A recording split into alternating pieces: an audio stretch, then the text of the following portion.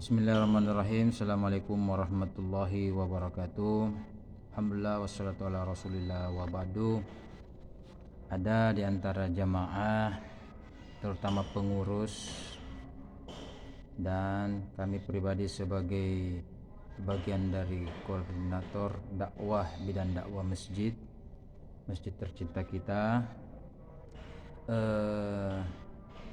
ditanya tentang bagaimana kalau ada di antara teman-teman kita, saudara kita, kerabat kita, jamaah kita yang ingin ikut serta berkurban tetapi berniat mensedekahkan kurban tersebut Idul Adha ini untuk yang tercinta yang telah meninggalkannya, apakah ayah, ibu, istri, suami, kakek dan sebagainya.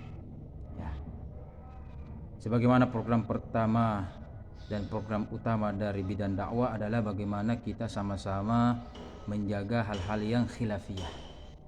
Maka hukum hal ini pun berkaitan tentang ini pun juga adalah khilafiyah jamaah. Khilafiyah artinya apa yang dimaksud khilafiyah? Khilafiyah perbedaan atau perselisihan pendapat, ada yang pro, ada yang kontra. Betul, ada yang mengatakan tidak bisa, bahwa Nabi katanya begini dan seterusnya. Betul juga, sebagaimana yang sudah disaksikan di video yang telah dikirim grup. Tapi di sisi lain ada lagi dalam riwayat Imam Muslim dari sahabat Aisyah radhiyallahu anha, Rasulullah itu pernah menyembelih domba, kambing lah kalau kita di sini, menyembelih, ya Allah terimalah atas nama Muhammad, kemudian keluarga dan para pengikutnya Rasulullah Muhammad SAW. Dalam hal ini ada yang memahami keluarga Rasul kan ketika itu tidak semua hidup, apalagi pengikutnya dan seterusnya. Oleh karena itu ada yang membolehkan, Kalau begitu silahkan para pengurus inti dan pak ketua, sekretaris dan sebagainya, bersikap bagaimana hal tersebut.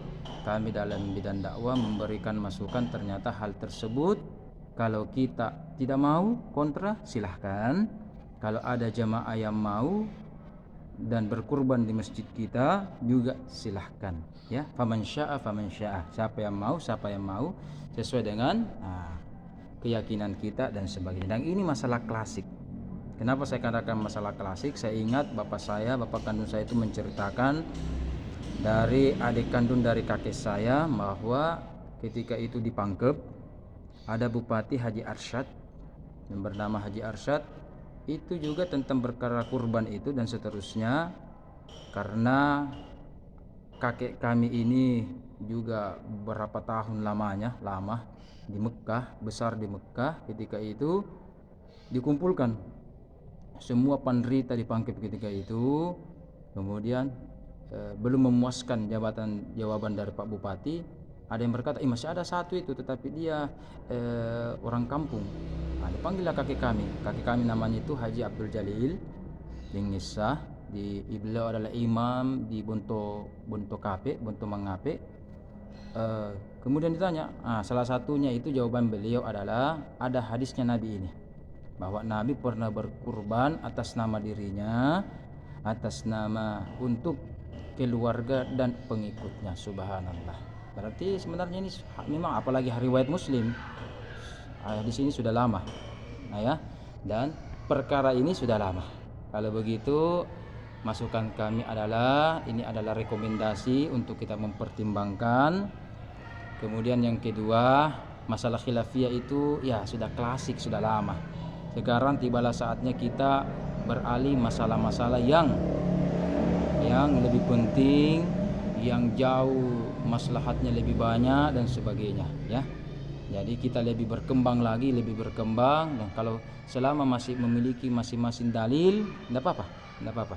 Yang salah itu kalau berkurban tanpa dalil, mazhab apapun atau hadis apapun yang kita gunakan, itu bisa, Makanya ada namanya ilmu hadis jamaah, ada namanya ilmu hadis.